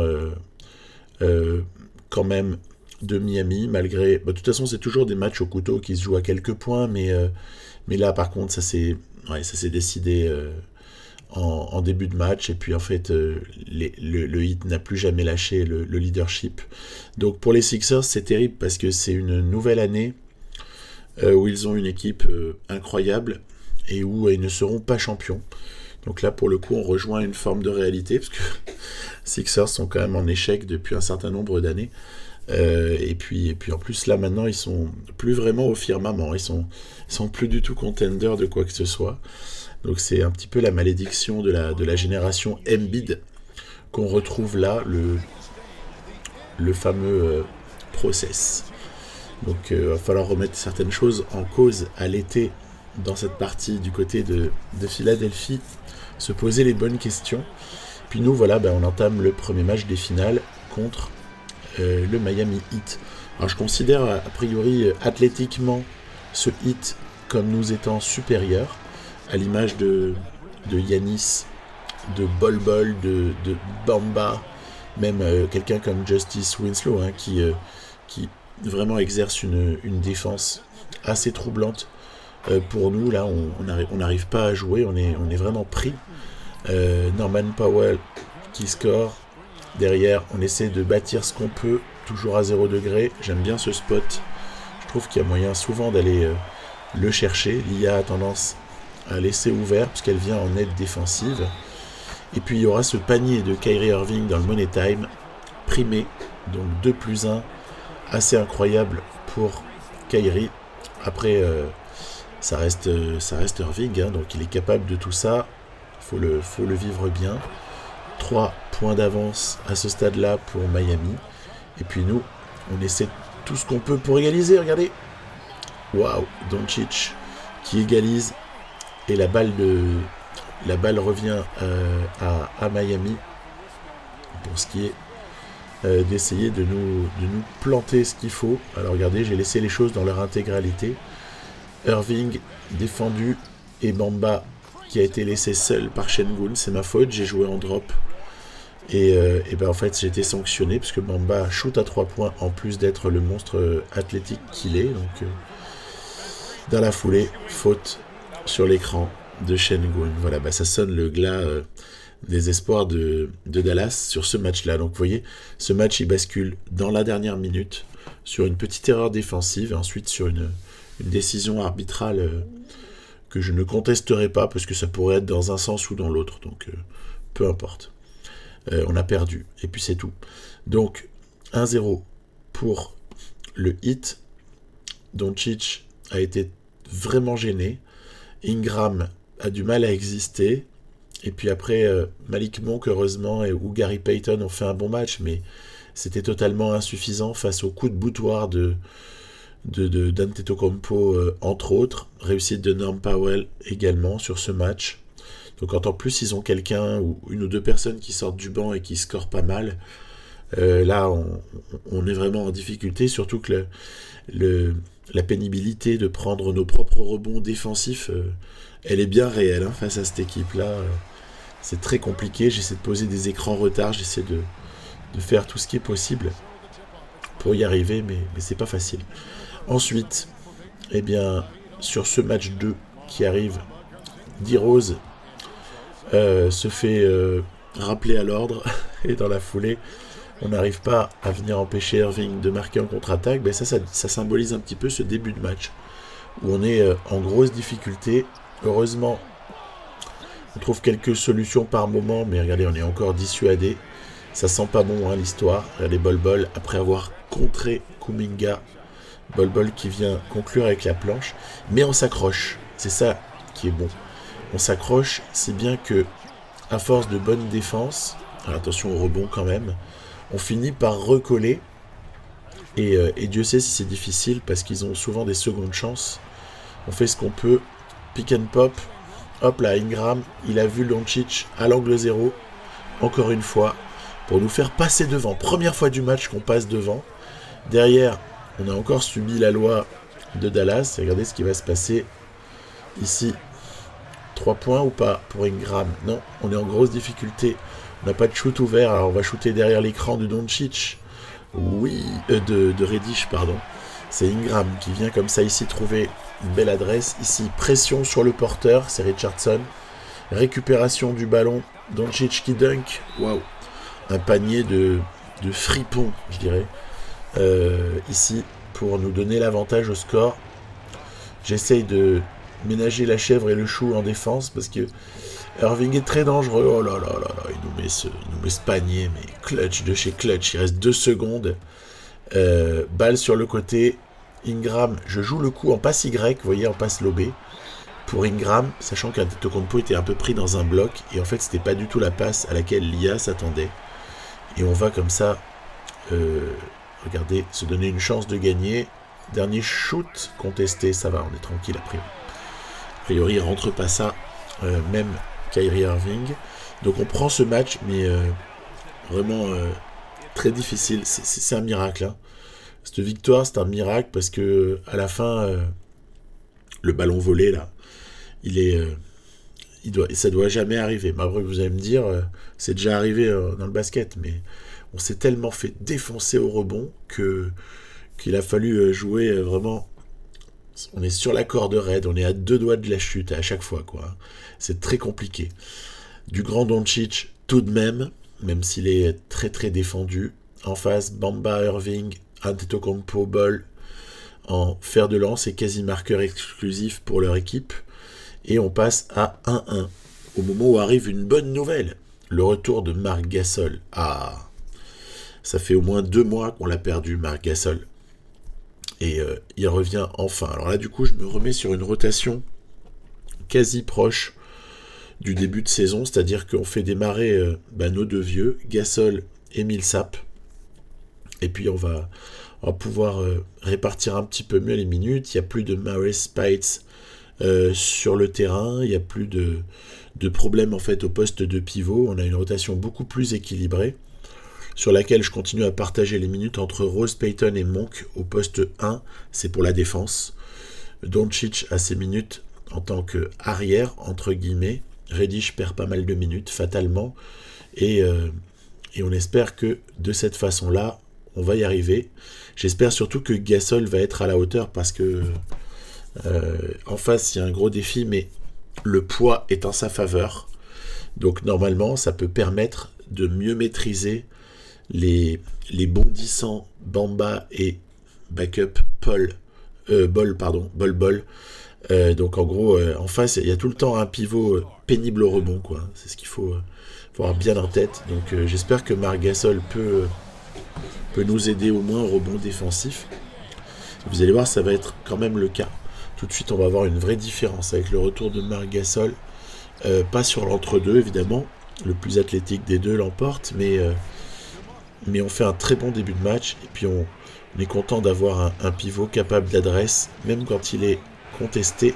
En même temps, il shoot tellement plus haut que son défenseur qu'à la limite, c'est comme s'il était ouvert. Doncic pour Kuminga. Voilà, du bon boulot ici. Pick and roll. Ici, regardez, hop, on va faire sauter.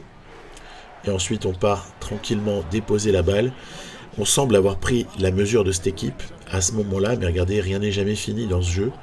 Et dans cette partie, je me retrouve souvent avec des rebondissements menés de 10 points. On va se retrouver très rapidement sous pression et le hit va revenir pour même, regardez ici, passer devant sur une séquence un peu mal défendue de la part de Dallas. Ça a été radical. Ici, Kyrie à la balle. Hop là, il shoot. Heureusement, c'est défendu. Il nous reste encore une possibilité de marquer pour s'imposer. C'est cette remise en jeu ici. Puis je vais faire la spéciale Ingram. Regardez, hop, la même que tout à l'heure. Des passivités défensives juste honteuses de l'IA. Après, c'est bien de mettre le doigt parfois sur les faiblesses du jeu quand il y en a. Puis c'est bien après de ne pas les exploiter trop non plus. Là, j'ai fait 2 fois, je ne le referai plus. Et on passe de 1 en tête dans ces finales. Donc, je ne sais pas l'issue que ça peut avoir. Mais on a shooté de manière efficace. On a relativement équilibré les choses au rebond, ce qui fait déjà du bien par rapport au match précédent, même depuis le début des playoffs, on peut quand même le dire. On était toujours très très gênés, là on a rééquilibré les choses. Puis on a toujours ces vertus défensives qui font que on neutralise quand même pas mal les shooters adverses. Après il y a le problème Antetokounmpo, mais il a été plutôt pas trop mal résolu, mais pas par nous, mais plutôt par le jeu qui n'a pas suffisamment joué avec Antetokounmpo. Il y a eu du grand Avdia. En fait, les mecs en sortie de banc ont été forts et puis les titulaires ont été aux abonnés absents du côté du scoring pour le hit. L'action que je retiendrai, voilà, ce sera ce petit Kuminga qu'on essaye d'élever au grain et pour lequel on espère bien du bonheur. Pas comme dans la réalité où il semble avoir besoin de prendre un nouveau souffle ailleurs qu'aux Warriors. Bref, on continue. Et il y a ce match 4 qui est forcément une charnière parce que si on arrive à aller le chercher, le titre nous est quasiment promis. Donc il faut jouer encore une fois de manière très très serrée, de manière aussi à laisser le moins possible Antetokounmpo ou Irving prendre le jeu à eux et laisser plutôt les autres prendre les shoots. C'est ce que je vais essayer de faire. Alors après c'est une belle école de frustration ce jeu parce que vous voyez vous avez un shoot ouvert qui vous permet de passer à +6. Enfin c'est le basket en général, et puis dans la foulée vous avez finalement, vous ne savez pas trop pourquoi vous l'avez raté, il était ouvert, il n'y avait pas de problème de timing, et puis finalement vous faites égaliser. Et outre ce côté frustration qui est assez important et avec lequel on a l'habitude de jouer, nous autres habitués de NBA 2K, mais d'autres jeux également, après voilà, il y a quand même le jeu, il y a un codage particulier qui fait qu'au bout d'un moment, le 3 points, vous allez le rentrer si vous êtes ouvert, suivant le niveau de difficulté. En tout cas, moi, c'est le superstar. Donc forcément, quand j'arrive autour de 50%, déjà, je suis très très heureux. Et dans ce match, on va aller chercher des fautes. Voilà, ça va être le mot-clé. Avec Gasol, avec Millsap, avec Doncic par moment, même un peu Brandon Ingram.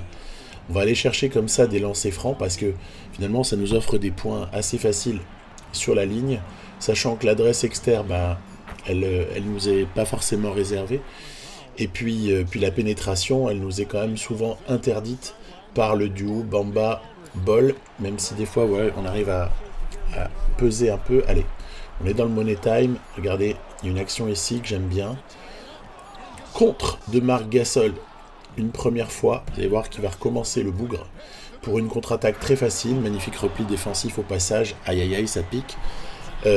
Autre action que j'aime bien, 40 secondes de la fin, Irving qui a une belle opportunité, maintenant il passe à Bamba qui se fait mettre en échec derrière contre sur, je crois que c'était Richardson, et puis dans la foulée, nous on a une action pour clore le match. Ici, Bala Monk qui donne à Doncic, lequel va se voir proposer un écran de Monk, parfait, pour ensuite un shoot ouvert de Malik Monk, qui va très probablement refermer ce chapitre. Voilà, match 4 dans l'escarcelle des Mavs. Mais là encore, ça aurait été un combat.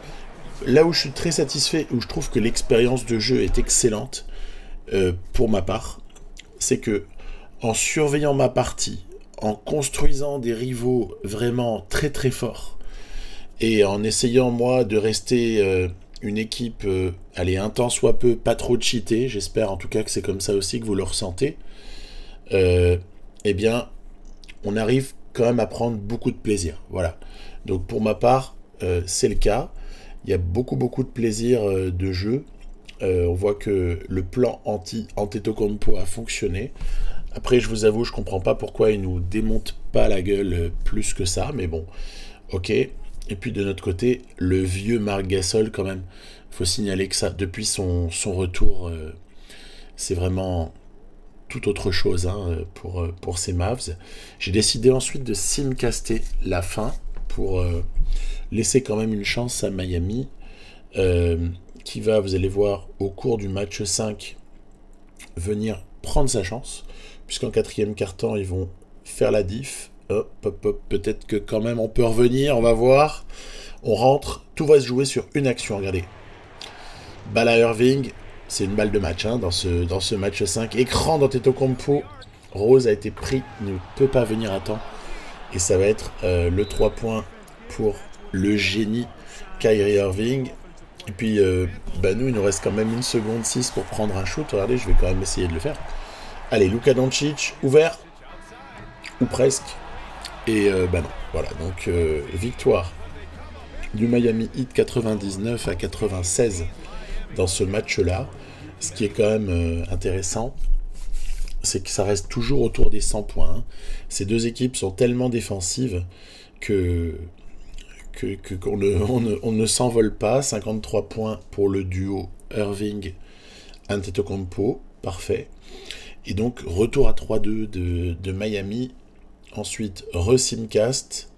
On va voir. Je reste potentiellement prêt à rentrer en jeu si jamais, mais voilà. Donc là, il n'y a pas eu photo. Ils nous ont mis 15 points. Ils viennent donc égaliser à 3 victoires partout. Ce Miami Heat est bien dangereux. Il y aura donc un match 7 dans ces finales 2022. Et on va regarder, c'est très serré, mais il y a quand même une vraie tendance pour les Mavs en deuxième mi-temps, ce qui fait qu'il y a plus 7 qui se transformera en plus 10 avec 3 lancers francs de Malik Monk. À peine je vais rentrer, et ensuite on va se retrouver avec cette action qui est plutôt rigolote. Regardez, déviation de Winslow, Irving qui conteste Doncic qui est obligé de prendre le shoot, ça rentre quand même plus 10, 1 minute 30, voilà, vous avez compris. Ce n'est pas les tentatives désespérées de Miami à la toute fin qui vont échanger quoi que ce soit. Victoire au cours de ce 7e match pour les Mavs qui prennent ici un 4e titre consécutif. Donc ça, c'est plutôt rare. Autant 3 d'affilée, on l'a vu. 4 d'affilée, on l'a moins vu. Et voilà, c'est le premier pour Ingram, le premier pour Gasol, le premier pour Kuminga, forcément. Et Sengun, mais aussi pour Millsap. Donc voilà, appréciable. Nico Batum, inconsolable. Carlisle et Spoelstra qui se congratulent. Dommage pour Spoelstra, coach qu'on ne peut que aimer, je pense. Et puis voilà, donc c'est ainsi que s'achève cette saison et cette vidéo avec une victoire que je n'espérais pas en fait. Quand j'ai fait cette reconstruction partielle à l'été précédent, je me disais on va maximum aller en demi-finale de conf, mais il nous manquera quelque chose. Puis en fait, la force de la défense de cette équipe, plus au bout d'un moment ma compréhension du jeu au niveau du codage, et donc forcément après on s'adapte, on fait que on arrive finalement à prendre ce titre, mais voilà, on va pas en tirer une gloire particulière. Je ne sais pas quoi vous dire par rapport à la suite, je ne me suis pas décidé. Il est possible que cette 6e saison soit la dernière de cette partie. Moi j'y jouerai, mais est-ce que je produirai en vidéo, je sais pas. Et puis pour NBA 2K25, même en général, je sais pas du tout la suite à donner à tout cela. J'ai pas décidé. Je suis pas certain de publier tout de suite. Je vous avoue, je regarde beaucoup les playoffs. Je suis plutôt à fond sur la NBA réelle en ce moment. Et je joue pour m'amuser, mais de là à bâtir vraiment une histoire et la raconter, je vous avoue que j'en ai un petit peu moins le goût en ce moment. Dommage pour Utah, dommage pour les Clippers, les Nets euh, et les Wizards de mon autre partie en ère moderne. On verra. Voilà, il faut laisser les choses se faire. Vous me dites si quelque chose vous passe par la tête, je vous écouterai, je vous lirai attentivement et je vous répondrai. Allez, à plus, bon playoff à tous et profitez bien de tout ce beau basket qu'on a là. Bye bye.